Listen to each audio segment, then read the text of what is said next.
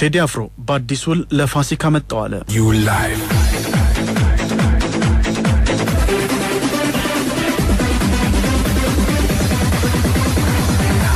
I'm free again. የምታደምጡት ታዲያስ አዲስ ነው። እንግዲህ የተሰሙ አዳዲስ ወሬዎችን ሁሉ እየፈላለግን ነግራችኋለን። በሳልፍነው ሳምንት ደግሞ እንግዲህ ታዴ እንዳጣራው ከሆነ ለፋሲካ አዲስ አልበም እየመጣ ነው በአዲስ ውል ስትል ነበር። የቴዲ አፍሮ አልበም ዙሪያ ላይ እንግዲህ ሁሌም ብዙ የተለያዩ ነገሮች ይነሳሉ ይወራሉ።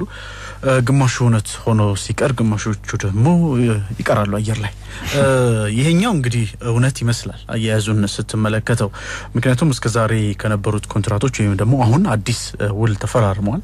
ይህንን ውል ደግሞ የተፈራረመው ካምፓኒ ጆይስ ኢቨንትስ ኤንድ ፕሮሞሽን የሚባል አዲስ ድርጅት ነው። ይህ ድርጅት ይህንኑ የቴዲ አፍሮን አልበም ለአድናቂዎቹ ለማቅረብ ለገበያ ለማምጣት እንዲሁም ተከታታይ የሚሰራቸውን ኮንሰርቶችም ለመተግበር ያህል የሚያስችለው ቢሮ ተከራይቶ ስራ ጀምሯል። በአራት ባለሀብቶች የተቋቋመ ድርጅት ነው። ካሁን በፊት ሙዚቃ ሳትመው ያቁም እነዚህ ልጆች ከዚህ ቀደም ምንም አይነት ሙዚቃ ስራ ሰርተው ያቁም።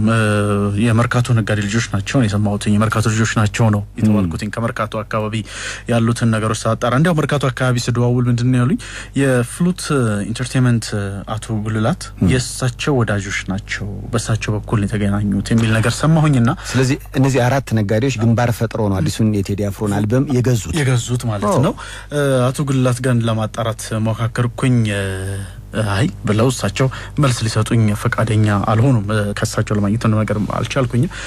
እንግዲህ እነዚህ ሁለቱ የሆቴል ንግድ ውስጥም እንዳሉበት አንደኛው ደግሞ በሞባይል ንግድ ውስጥም ጭምር እንዳሉበት ነው መረጃዎች እየደረሱኝ ያለው። ከቴዲ አፍሮ ጋር ይሄንን አልበም ለመሸጥና እንዲሁም ደግሞ ለኮንሰርቶች ጭምር ነው ስምምነቱ የተፈረመው። ከዛ ውጪ መቼ ነው የሚወጣው ቴዲ አፍሮ አልበም ሚለው ነገርም አትሊስት መስማማት ላይ ተደርሷል። ለፋሲካ ዜማ ለዳግማ ትንሳኤ በሚል ተስማምተዋል። ከሁለቱ አልፍም ወይ ለፋሲካ ነው ወይ ለዳግማ ትንሳኤ ነው። የቀረን ጊዜ ወደ 3 ሳምንት ብቻ ነው ለፋሲካ። ስለዚህ ትላንትና ከትላንት ወዲያ ነው ስምምነቱ የተፈረመው። ይህን ተከትሎ እንግዲህ ማስተሩን ይዞ ወደ ሲዲ ማባዣ ተኪዶ ሌሎች ፕሮሰሶችን አድርጎ ለገበያ ለማቅረብ 3 ሳምንቱ ውስጥ የሚበቃቸው ከሆነ ሙሉ በ3 ሳምንት የዋዘ ማለት ሊወጣ ይችላል የፋሲካ ዜማ። አልሆነ ግን 1 ሳምንት ጨምሮ ለዳግማ ትንሳኤ ይወጣል የሚል ነው። አልበሙ ወደ 12 ዘፈኖችን ይይዛል።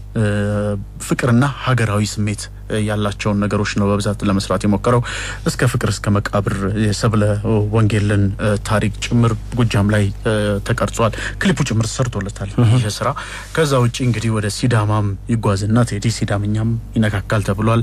ወደ ትግራይ ተጉዞ ትግርኛን ይነካካል የሚሉ ነገሮችም ተነስተዋልና ጆይስ ኢቨንትስ ኤንድ ፕሮሞሽን ይህንን አዲሱን የቴዲ አፍሮን ስራ እንግዲህ ለገበያ ለማቅረብ ተፍተፉን ጀምሮታል ማለት ነው። ስለ ክፍያው ብዙ ጊዜ ስለ ሽያጩ የተለያዩ ቁጥሮች ተሰማለ። አንተ ባረከው ማጣራት ምን ያህል ይከፈላል? ለምሳሌ ከዚህ ቀደም ስናነሳ እንደነበረው እንግዲህ እንዲያውም የሚደርሱን ቁጥሮች ብዙ ስለነበሩ እነዛን ቁጥሮች እና አቨሬጅ ወሰድንና በስታቲስቲክስ ከዚህ ቁጥር ላይ ያርፋል የሚል ነገር ሰርተን ነበር። ባለፈው ስንደርስበትም ባለፈው የነበረው ከ5 እስከ 8 ሚሊዮን ሊሆን ይችላል ብሎ ነበር እንደ ታዲያስ አዲስ ስናነሳ። በኋላ ላይ ወደ 8 ሚሊዮን ይሆናል የሚል መረጃ ስንሰማ ቆየን። አሁን ላይ ያለው ነገር ግን እኒ ባለ ሀብቶች ተሰብስበው ለቴዲ አፍሮ ይከፍሉታል ተብሎ የተጠበቀው 15 ሚሊዮን የኢትዮጵያ ብር ነው። ስለዚህ ግምቱ በእጥፍ አደገ ማለት በእጥፍ አደገ። እንግዲህ የመነሻችን 5 ሚሊዮን ነበረ ግን መድረሻችን 15 ሚሊዮን ሆነና አረፈው ማለት ነው። ከዛ ውጪ በቴዲ አፍሮ በኩል ካሉ ሶርሶች ደግሞ በተለይ አስቸኳይ ጊዜ አዋጁ ሳያልቅ የቴዲ አፍሮ አልበም አይወጣም የሚሉ መረጃዎች ነበሩና እነሱን ለማጣራት ሞክሬ ነበር። እኛ አርቲስቶች ነን የፍቅር ዘፈን ነው የምንሰራው ስለዚህ ብዙም የሚያነካካ ነገር የለም የሚል ምላሽም ከዛ አካባቢ ለማግኘት ችያለሁኝ ማለት ይችላል።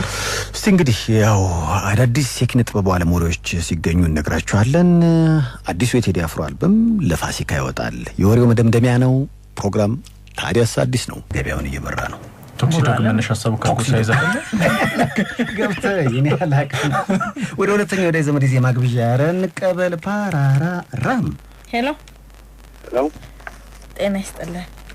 አብረን ዘግዬ እንዴት አመሸ? ዘይል መስከን ማን እንበል? አስራት ባላለው ከሲያሳ አስራት ከሲያሳ የማዘፈን ይዘጋጅ አስራቴ ሲያሶ ሰላም ነው አለ እግዚአብሔር ይመስገን አለን እሺ ይዘጋጃል ስለምን ይወራ ሴቲሻ አሁን ከተማችን ስለበዙ ሞተሮች ሊወራ ደስ ይለኛል ትንሽ ሳይበዛ ሞተር ሳይክሎች ሞተር ሳይክሎች መብዛታቸው መጥፎ ነው ጥሩ ነው የምትለው መብዛታቸው ጥሩ ሆኖ ሳለ አደጋቸው በጣም እየከፋ ነው ሴቲሻ በጣም ከመጠን በላይ ማለት ነው ስለዚህ እኮ መብዛታቸው መጥፎ ነው ማለት ነው ጥሩ ሆኖ ሳለ የሚለው ምንድነው ማለት ያው እንደ ታክሲ ይሰራሉ መሰለኝ ሳይ እንደ ታክሲ ነገር ይሰራሉ መሰለኝ ግን አደጋቸው በጣም እየከፋ ነው በተለይ ሰዎች አንደኛ ነገር ሄልሜት ያደርጉ ሁለተኛ ነገር ደግሞ የትራፊኩ የመንገድ ትራፊክ እንቅስቃሴ በጣም ብዙ ጊዜ ስለሚጨናነቅ በሞተር ሾልኮ የመሄድ ቶሎ የመድረስ ዴሊቨሪ ስራዎችን የመስራት ነገሮች በብዛት ታስተውላለ አዲስ አበባ ላይም አሁን እየተለመደ ነው ያለው ከጫት ቤት ጀምረህ እስከ ምግብ ቤቶች ድረስ በሞተር ዴሊቨር ማድረግም ጭምር ተጀምሯል ግን አሁን ቅድም እንዳልከው አስራት በተለይ ሄልሜቱን የሚያደርጉበትን ዘዴ አይተኸዋል ሄልሜት ይተከማሉ ግን ሄልሜቱ ሙሉ በሙሉ አንገታቸው ላይ ከተቱም ያወጡትና አንደኛውን ጫፍ አገጫቸው ጋር ነው የሚያደርጉት ወደ ላይ ከፍ ያደርጉታል ትራፊክ እንዳይቆጣጣራቸው ሄልሜቱን ያደርጉታል ግን ከፍ አድርገው አፍንጫቸው ጋር ያደርጉታል ከወደቁ አደጋ እጥፍ ነው የሚሆነው እንድትክን መከላከያ ተደርጎ ነው አይደል ሄልሜት ማዳኛህ ነው የሆነ ነገር አደጋ ቢደርስ ጭንቅላት መጠበቂያ ነው የሚተከሙበት መንገድ ግን አደጋ ቢደርስባቸው ራሱ ሄልሜቱ ይጎዳቸው እንደገና ማለት ነው ሄልሜት ያላረጋ አንድ ባለሞተር ከትራፊክ ጋር ሲያወሩ ሰምቼ ቅጣቱ ምንድነው ሄደህ በሰመህ ሄልሜት ገዝተህ ትመጣለህ ነው ሄልሜት ካላረክ ሄልሜት ገዝተህ ትመጣው እሺ ሞተሩ ይያዛል ከተሻላል ስለዚህ በሰመሽ ገዝተሽ ከመጣሽ ታረጃታለሽ ማለት ነው እና ከዛው ደግሞ እንደ አስራትም እንደታዘበው አሁን እሱ ሁለት ነው የታዘበው እንደውም እኔ በሮቤራ ወደ ሳሊተ ምረት ባለው መስመር ላይ ታዘብኩት ደግሞ አራት ሰው ነው አራት ሰው በሞተር ያለ ሄልሜት ማለት ነው እሱን ያስተዋል ነው ታስተውስ ከነበር ካላባስ ስንሄድ እንደው ዝም ብለህ እኔ አንተም ቦን አራት ሰው በሞተር ሲሄድ ባይ በፍጥነት ማለት ነው ምንም አይደለም ነፍስ ይማር ምንም አይደለም እኔ ግን ያደረኩት ነገር ይበለጥ አንተ ይሻል ፎቶ ነው ያነሳቸው ልዩነታችንን አያ አይደለ አንተ ተሰይፈ ተስፋ ቆረጥኩ እኔ ተስፋ ቆረጥኩ በቃ በነገራችን ላይ እንደው አዲስ አበባን ሞተር ካየህ አሁን እኔ ባንኮክ በነበረኝ ያጭር ጊዜ ቆይታ አንዴ እንዳየሁት ሞተር የለም እዚህ አዲስ አበባ ውስጥ ያው እዛ ሞተር በሞተር ነው ግን ደግሞ አደጋ የለም ይመስለኛል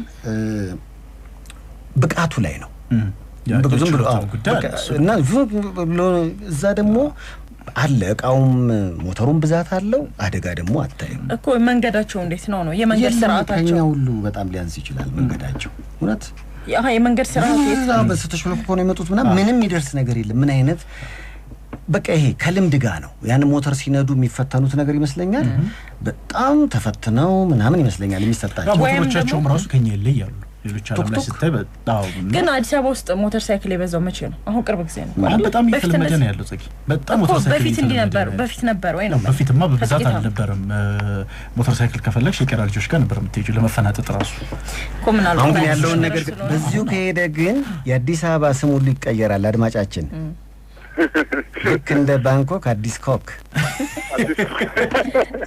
ኮክ ሞተር እየበዛ ነው ግን የሱ ሐሳብ ምንድነው ያንተ ምን ይደረግ ነው አንተ የኔ ሐሳብ የሚለከተው አካል እርምጃ ቢወስድ የሚል ሐሳብ አለኝ ገብቷል ለምሳሌ አንደኛ ምንድነው ሙዚቃው ከመጠን በላይ ነው ገብቷል ፊሽካናሱ ትራፊክ ቢነሳ አይሰሙም ሁለተኛ ነገር ደግሞ የሚነዱት ልጆች በጣም ፈልፈላ ልጆች ናቸው በእድሜ ያነስ ያለ በሚል ይስተካከል እሺ በለው ስለዚህ እድሜያቸውም ለአቅመ ሞተር ይብቃ ሞተሩንም ሲነዱት ተንቀሳቃሽ ናይት ክለብ አያርጉት ያንተ አስተያየት እንደዛ ደግሞ ይከራተሉ ነው እንደው ባለፈው ያየሁት ኦሮሚያ ላይ ከደረሱት አደጋዎች በአብዛኛው ከባባድ የሚባሉት አደጋዎች የደረሱት በሞተር እንደሆነ ሪፖርት ሰምተናል አደጋ ያስፈራል ፍጥነት ስላለው እና ከዛ አንፃር ሞተሩ መብዛቱ ጥሩ ነው ግን ልክ እንዴት ነው ወደ ሲኖትራካይ ባህሪ ያመጣው ነው ሞተሮቹ ራሳቸው ይስተካከል ነው እነሱም ይታዩ ነው ይመስለኛል አይደል አንበሳው ትክክለኛው ወደ ስጦታ እንሄዳ ኮንዲሽነርና ሻምፖ ይሰጥ ሆቢ እንዴት ነው ካና ደላ አካባቢ